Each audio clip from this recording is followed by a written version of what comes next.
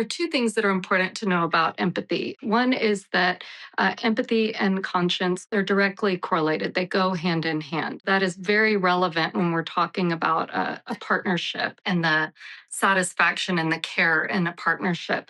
The other thing that we know is that the relationships where there's a higher level of empathy expressed by both partners, those are the relationships that are the happiest. Those are the relationships that thrive over the long haul and they report the most satisfaction. Empathy is a really important indicator of overall happiness and satisfaction in a partnership long term. When there is an absence of empathy or a very negligible level of empathy, it really wears on the relationship. The other partner feel invalidated, alone, dismissed, misunderstood. When we feel understood, we feel loved, we feel seen, we feel valued.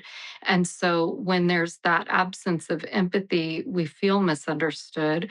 We feel like we are not heard or our needs don't matter. And so it creates this real emotional separation and division. That's a really important thing to, I think, recognize in terms of relationship health and relationship dynamics. When we're talking about in the context of abusive relationships, the very reason the person can have the stomach to harm their partner is a lack of empathy. If they had empathy, they would not be able to act out in these, sometimes very vile, horrific ways.